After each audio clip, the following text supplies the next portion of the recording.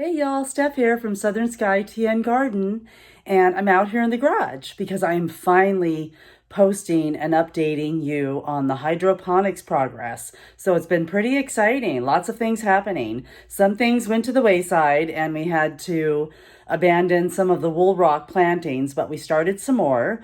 But otherwise, the cucumbers, which are Space Master variety, and the Tiny Tim tomatoes, are really taking off. And both of these varieties I got from Callie Kim's seed collection. So if you all haven't tuned into her, you really got to check out her channel. She has an amazing seed collection. There's a Monday live going on every Monday at 2 p.m. Central Time. And she's 12 p.m. Pacific time. But I always want to give credit where credit's due because these seeds have amazing germination rate, and that's where we get them from. And we're using them from our hydroponics. So I'm going to turn the camera around and show you what's been going on out here. All right, so the first thing we have going is some more romaine lettuce planted in the rockwool. And we're going to keep those going. I need to add a little bit more water in there, I can see. But what happened to the other batch that we started, some of that took off and it became the cucumbers and the tomato plants that you'll see. But then a whole other section of them became kind of very, not mildew, but they developed algae on them. And again, I think that's just because of the heat and the humidity out here. So we had to abandon those and start again. And we tried to see if they could dry out, but it wasn't going to happen. So we have more lettuce going in that.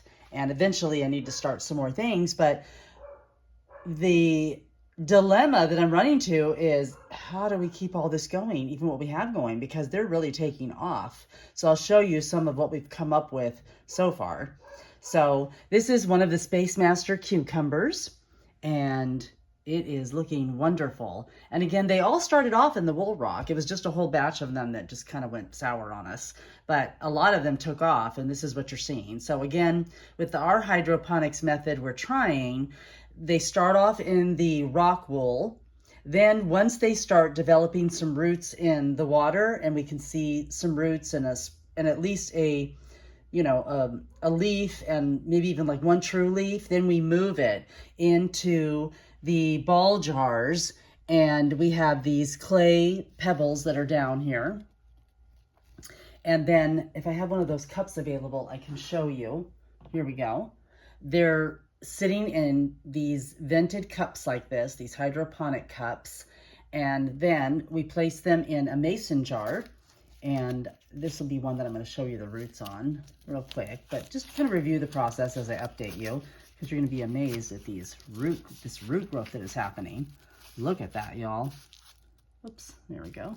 Look at that. That's amazing. It's down here. There we go. Wow. That is incredible, because that is one good plant. Look at the stalk on this cucumber plant. That is strong. It's amazing. And it's getting vines right there, or the tendrils, I mean. And I had a couple of them attach themselves to the lights themselves. I use the silver ringed like grow lights with the grow bulbs in them, and the tendrils were attaching themselves to them. But anyway, that's our whole setup that we do. And then we, again, just as a refresher, we use this Fox Farm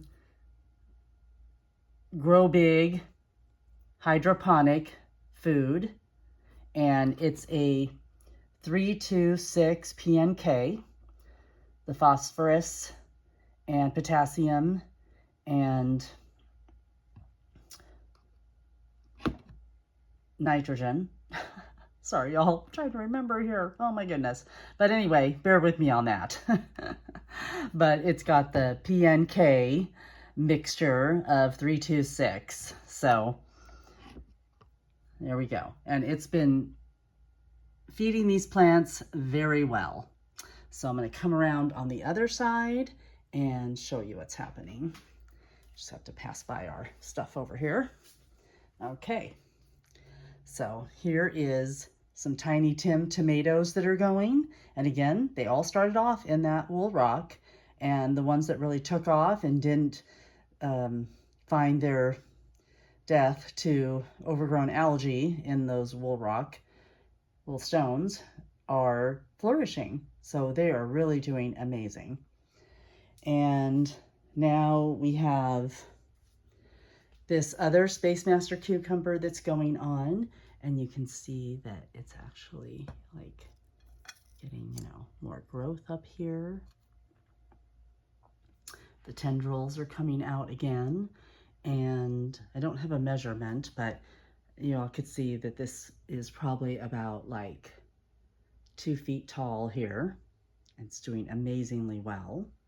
And then, y'all, here's what we had to do that I mentioned in the other video, and that we'll have to eventually do to these other cucumbers as they get going. That's why I said we kind of have to pace ourselves, because stuff really started taking off, and like, what do? We got to prepare ourselves. We got to think ahead of what we're going to do. But here is one of the cucumber plants. This was like one of the first ones we planted. And so we ended up doing a string up here from the metal bars that are, you know, holding up our garage doors. And so we looped them through the holders, because see how they have those holes in them? So it was kind of perfect. And these aren't going to weigh anything down. I mean, those are like bolted into the ceiling. So anyway, but it kind of worked out perfect for us, because we have this available to us, and we just used some twine, and we got longer PVC. We'd had it previously cut, because when I'm doing other seedlings, we didn't need it so tall. But now, if I come around, you can see more what's happening. I'm kind of squeezing around some stuff here in the garage. But you could see that we have the pole like very high. It's about almost to the ceiling. It's probably just about like, you know, 5 inches from the ceiling. So this cucumber has plenty of space to go. And I also wanted to show you that, see, this is why, like, we'll have to be updating you, because will we get cucumbers? We've got flowers. So do I need to self-pollinate these? Like, need to figure it out if these flowers are going to get pollinated enough in here, or I'm going to have to self-pollinate them so we can start getting some cucumbers on here. So I'm going to have to get a little Q-tip out here and start self-pollinating. So if you all have any feedback on that, and if you're doing hydroponics, how you do that, please let me know how you pollinate, because you're growing indoors. So that is what's going on with that. I mean, it's pretty cool, pretty amazing. And this tiny Tim tomato is really taking off. I'm going to have to raise the light up again. And then this other one is really taking off too. So we did buy some more PVC that was taller, because again, we've normally cut this and it doesn't need to be so high just for average seed starting, but because we're actually trying to grow them to full size in the garage, we're having to, you know, invest in some very inexpensive though PVC from Lowe's. So that's what we do, and using old water jugs. So there, y'all, that's the update. So things are happening in here, and it's pretty cool. And it's still actually warm though out here in Tennessee. So it's like we got fall, like a week of it, and then it went back to summer weather. So it's not going to start cooling down for us until the end of the month and the beginning of October. And that's when it starts getting real fall weather, like back down to the very low 80s and 70s, and even dropping down to like the 50s at night. And then our first killing frost is usually been at the end of October. Last time it was like Halloween, October 31st.